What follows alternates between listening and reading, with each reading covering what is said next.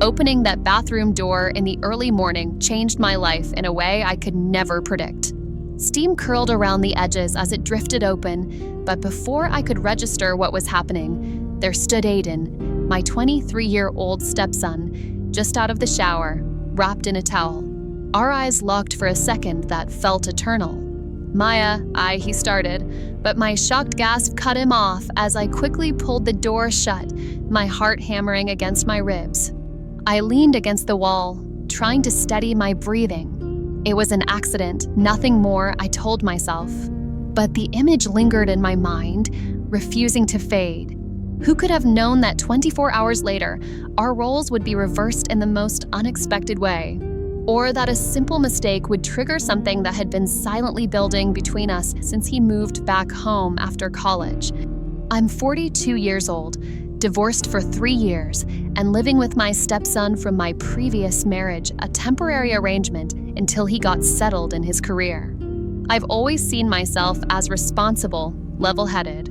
But one door opened by mistake, and suddenly everything felt like it was slipping beyond my control. After the bathroom incident, I avoided Aiden all day, busying myself with work calls and errands. By evening, I thought the worst of the awkwardness had passed. We sat silently at dinner, the clinking of silverware the only sound between us. Finally, he cleared his throat. "About this morning," he began. "It was an accident," I said quickly, cutting him off. "These things happen when people share a house. Let's just forget it." Aiden nodded, his eyes meeting mine briefly before looking away. Right, forgotten. But something in his voice told me it wasn't that simple. The tension lingered in the air between us, almost tangible. That night, sleep eluded me. I tossed and turned, trying to push away thoughts that had no business being in my head. Exhaustion finally pulled me under near dawn, which is why I was still sleeping when my alarm failed to go off the next morning. I woke with a start, realizing I was running late for an important meeting. Without thinking, I threw off my covers and rushed to my closet, pulling off my nightgown and reaching for clothes. In my hurry, I hadn't noticed that my door wasn't fully closed, just as Aiden was passing by on his way to the kitchen.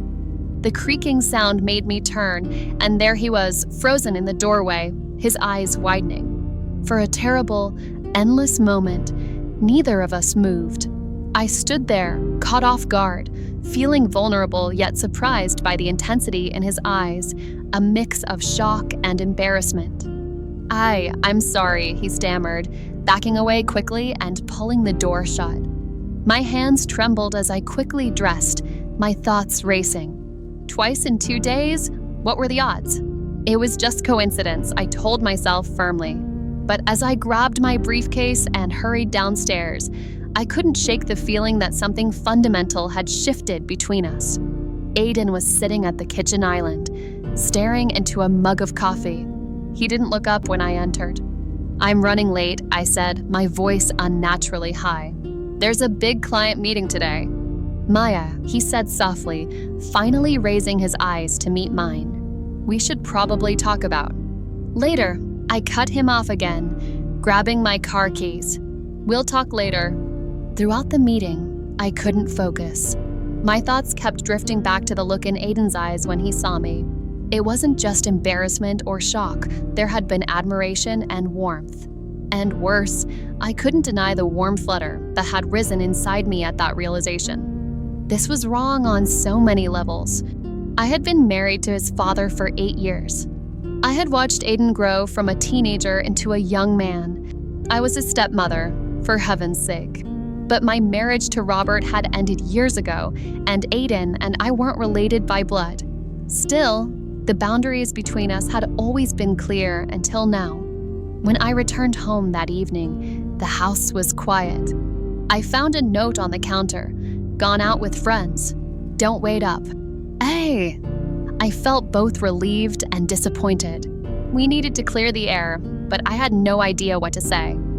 I poured myself a glass of wine and sank onto the couch, letting the tension of the day melt away. By the time I heard Aiden's key in the lock, I had nearly dozed off.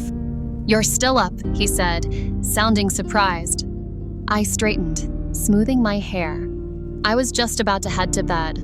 Aiden hesitated, then sat down in the armchair across from me. Maya, about this morning and yesterday. He ran a hand through his dark hair, a gesture so reminiscent of his father that it momentarily jolted me. "It's fine," I said quickly. "Just 2 accidents. Let's not make this more awkward than it needs to be." "Right," he nodded, but his eyes held mine longer than necessary. "It's just. I've been wanting to talk to you about something else. I've been offered a job in Seattle." The news hit me with unexpected force. "Seattle? That's wonderful," I managed, trying to sound enthusiastic. "When would you leave?" 2 weeks, he said, watching my reaction carefully. "If I take it, He shrugged. "I'm not sure it's what I want anymore." An uncomfortable silence fell between us. I finished my wine, needing something to do with my hands. "Well, it's a big decision. You should think about what's best for your career." "What about what's best for me?" His voice had a strange intensity that made me look up. The way he was looking at me sent that same inexplicable flutter through my chest. "Aiden," I started, but couldn't find the words to finish. "I should get to bed," he said abruptly, standing up. "Early meeting tomorrow." I nodded, relief and disappointment warring inside me. "Good night." As he turned to leave, I remembered something. "Oh, can you help me with the living room shelves tomorrow? I need to reach some boxes I stored up there." He paused, looking back at me. "Sure, no problem." The next day passed in a blur of work calls and emails. By evening, I had almost forgotten about the shelves until Aiden appeared in my office doorway. "You said you needed help with something?" he reminded me. "Oh, right." I set aside my laptop. "The boxes on the top shelves in the living room. I need to sort through them for the charity donation this weekend." In the living room, Aiden looked up at the highest shelf. "Which ones?" "The blue ones," I pointed. "There should be 3 of them." He reached up easily, his shirt rising to reveal a strip of skin above his jeans. I looked away quickly, busying myself with clearing space on the coffee table. "Here's the first one," he said, setting it down before reaching for the next. "What's in these anyway?" "Old clothes, books, things I haven't used in years," I explained, opening the first box. As Aiden brought down the last box, he glanced over at what I was sorting. "Is that your college yearbook?" I smiled, holding up the worn book. "It is.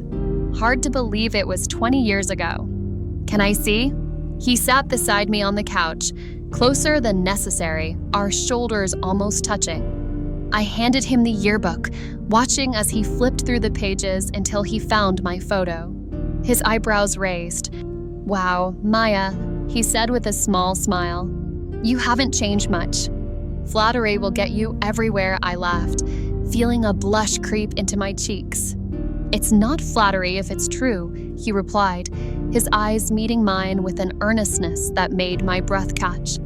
I turned back to the box, needing to break the moment. "There are some books here you might like," I said, pulling out a stack of novels. "I was going to donate them, but if you want any." "Thanks," he said, taking the books from me. Our fingers brushed, and I felt that same electric tingle I'd been trying to ignore. "I should check if there are more boxes up there," he added, standing suddenly. "There's just one more, I think," I said, looking up. "The red one, all the way at the back." Aiden stretched to reach it, then frowned. "I can see it, but I can't quite reach it. Can you hold the step stool steady for me?" I nodded, getting up to hold the small stool as he climbed up. Even with the added height, he had to stretch to his full extent. "Can you see if you can push it forward a bit?" he asked. "It's just beyond my reach." Without thinking, I stepped up onto the first rung of the stool behind him, reaching up beside him. The stool wobbled slightly, and his hand came down to steady my waist. "Careful," he murmured, his breath warm against my ear. I froze, suddenly aware of how close we were, my body practically pressed against his back, his hand firm on my waist. Time seemed to stand still as neither of us moved. "I think I can reach it now," I whispered, stretching upward. My fingertips just brushed the edge of the box. His hand steadied me by my shoulder. I stood close to help him balance. As I pushed the box forward, I steadied myself to avoid falling. "Got it," he said, his voice sounding strained. We carefully stepped down from the stool, the red box in his hands, but something had changed in the atmosphere between us. A tension I couldn't ignore anymore. "Thanks," I said, taking the box from him, careful not to let our fingers touch this time. He nodded, running a hand through his hair again. "No problem." That night, I lay awake for hours, replaying every interaction, every look, every accidental touch. What was happening between us? And more importantly, what was I going to do about it? The next morning, a Saturday, I decided to tackle the garden to clear my head. Gardening had always been my therapy, the one place where my thoughts seemed to settle. I was kneeling by the rose bushes, dirt smudging my gloves, when Aiden appeared with 2 mugs of coffee. "Thought you might need this," he said, offering me one. "Thanks," I smiled, taking off my gloves to accept the mug. Our fingers brushed again, and I wondered if he'd done it intentionally this time. He sat on the garden bench nearby, watching me work. "You've always loved those roses." "They were the first things I planted when I moved in," I said, turning back to the bushes. "They remind me that beautiful things take time and care." "Like relationships?" he asked quietly. I looked up at him, unsure how to respond. "I suppose so." A silence fell between us, comfortable yet charged with unspoken words. Finally, Aiden set down his mug and stood up. "I made a decision about Seattle," he said. "I'm turning it down." I blinked in surprise. "But Aiden, it's such a great opportunity." "Why would you?" "Because there's something here I need to figure out first," he interrupted, his eyes holding mine with an intensity that made my heart race. "Something that matters more." Before I could respond, he turned and walked back into the house, leaving me with a whirlwind of emotions and the distinct feeling that we were approaching a point of no return. That evening, I decided to cook dinner, needing the distraction of a routine task. Aiden offered to help, and soon we were working side by side in the kitchen, the radio playing softly in the background. The domesticity of it felt both comforting and dangerous. "Can you reach that cooking wine on the top shelf?" I asked, pointing to a bottle just beyond my reach. Aiden stepped behind me, his chest almost touching my back as he stretched up to grab the bottle.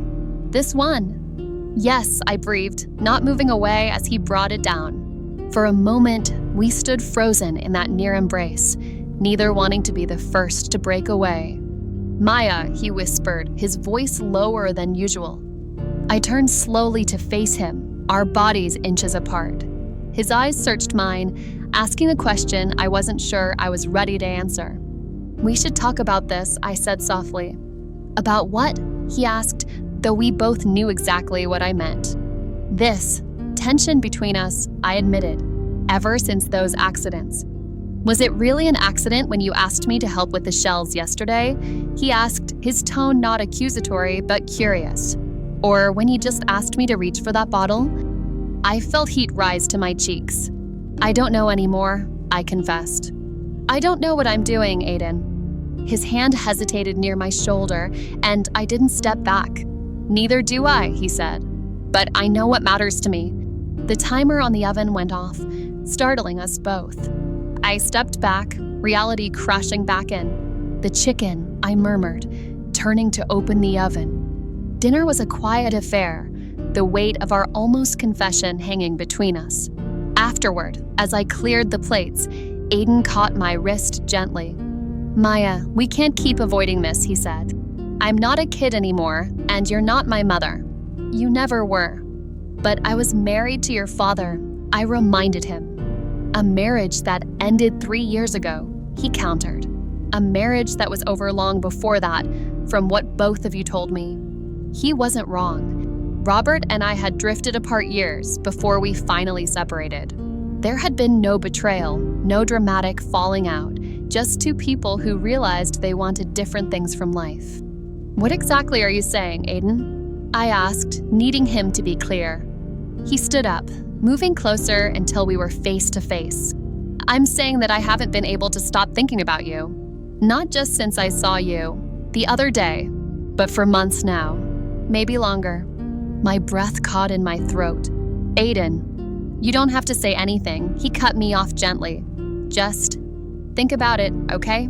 With that, he left the kitchen, leaving me with a sink full of dishes and thoughts I couldn't begin to sort through. The next day was Sunday, and I woke early, determined to find some clarity. I went for a long run, pushing myself until my legs ached and my lungs burned, hoping physical exhaustion might quiet my mind. It didn't.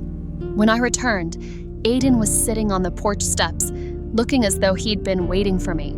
He stood as I approached, and something in his expression made my heart race faster than my run had. I thought about it all night, he said without preamble. And I'm not backing down. I know what I want, Maya. I stopped a few feet away from him, catching my breath. And what about what I want? That's what I'm asking, he said simply. What do you want? In that moment, standing there in the morning sunlight, everything seemed to crystallize into perfect clarity. The tension, the glances, the accidental touches, they'd been building to this moment. I began, then faltered. How could I put into words something I barely understood myself? Aiden took a step closer. If you tell me to walk away, I will. We can pretend none of this ever happened. I'll take the job in Seattle, and we'll go back to how things were. And if I don't? I whispered. Instead of answering, he closed the distance between us, his hands coming up to frame my face. Then he looked at me with sincerity, and we shared a moment of understanding. In that single heartbeat of a kiss, everything changed. He pulled back, his eyes searching mine for any sign of regret or hesitation. That's what happens if you don't. I stood there, frozen in shock not at his actions, but at my response, the way my heart had leapt, the way my body had instinctively leaned into his. I need to shower, I said finally, unable to process everything I was feeling. We'll talk after. He nodded, stepping aside to let me pass, but his eyes never left mine. I'll be here. Under the hot spray of the shower, I tried to make sense of what had just happened. The kiss had been brief, almost chaste, but it had awakened something in me I thought long dormant. It wasn't just physical attraction, though that was certainly part of it. It was the way Aiden saw me, not as his father's ex-wife or a middle-aged woman, but as someone desirable, someone worth fighting for. When I emerged from the bathroom, wrapped in my robe with my hair still damp, Aiden was waiting in the hallway. Without a word, he took my hand and led me to the living room, where we sat on opposite ends of the couch, a careful distance between us. I'm not asking for promises, he said quietly. I just want a chance to see if there's something real here, beyond the physical attraction. I looked down at our hands, so close on the couch cushion, yet not touching. What if it doesn't work? What if we ruin everything? What if we don't? He countered. What if this is the beginning of something amazing? I looked up at him then, seeing not the boy he had been, but the man he had become, confident, thoughtful, determined. Your father has moved on, Aiden interrupted gently. He's remarried, Maya. He's happy. Don't he deserve the same chance? The truth of his words hit me like a physical force. Robert had indeed moved on, remarrying less than a year after our divorce was finalized. He had found his happiness. Was I denying myself the same opportunity out of some misplaced sense of loyalty or propriety? I don't know if I can do this, I admitted honestly. I'm not asking for a decision right now, Aiden said. Just don't say no yet. That evening, we maintained a careful distance from each other, both acutely aware of the precipice we stood upon. I retreated to my bedroom early, but sleep eluded me. Around midnight, I gave up trying and went downstairs for a glass of water. The kitchen was dark, illuminated only by the moonlight streaming through the windows. I didn't bother turning on the lights, finding comfort in the shadows.